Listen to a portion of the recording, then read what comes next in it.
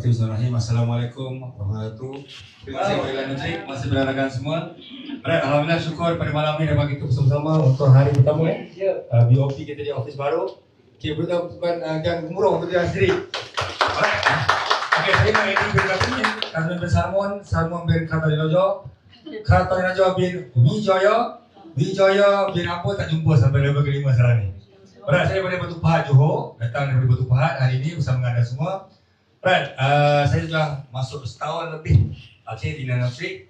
Bermula dengan office yang asal, dengan keadaan bermula yang kata orang tu peringkat permulaan sehingga sampai ke tahap hari ini.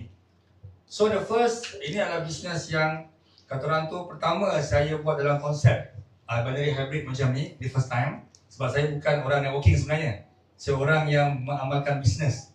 Tapi bila saya lihat Ilan Nutrik ni satu platform yang di mana pertama kita nak bisnes di mana ada keuntungan yang halal, berkat dan betul. Betul tak? Betul. So saya melihat di sini ada. Di sini ada. Dan bila ada, saya mula untuk mengkaji dan mula mempraktikalkan sistem perniagaan yang ada sehinggalah hari ini alhamdulillah dengan izin Allah dapat ke tahap yang sekarang ini atas rakan-rakan dan syarikat yang banyak bantu dalam proses pembinaan dan pembangunan. Jadi kepada rakan-rakan semua yang pada malam ini the first time yang sampai ke office ini, terima kasih dan tahniah dan bersyukurlah sebab anda adalah orang yang terpilih. Jadi pada saya sangat orang yang kritikal. Ketika ni masuk saya akan mengkaji, memilih betul-betul okey pun saya buat. Sebab saya bukan orang MLM.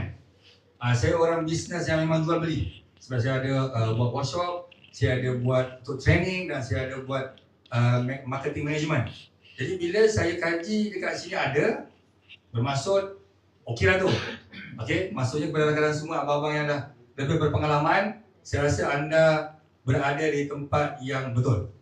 So semoga rezeki ini melimpah ruah dan berkat untuk anda semua pada malam ni. Semoga kita boleh sukses bersama-sama di Ilan Nutrik. Terima kasih. Assalamualaikum warahmatullahi wabarakatuh. Okey, terima kasih Coach Lee. Right all the way dari Batu Pahat.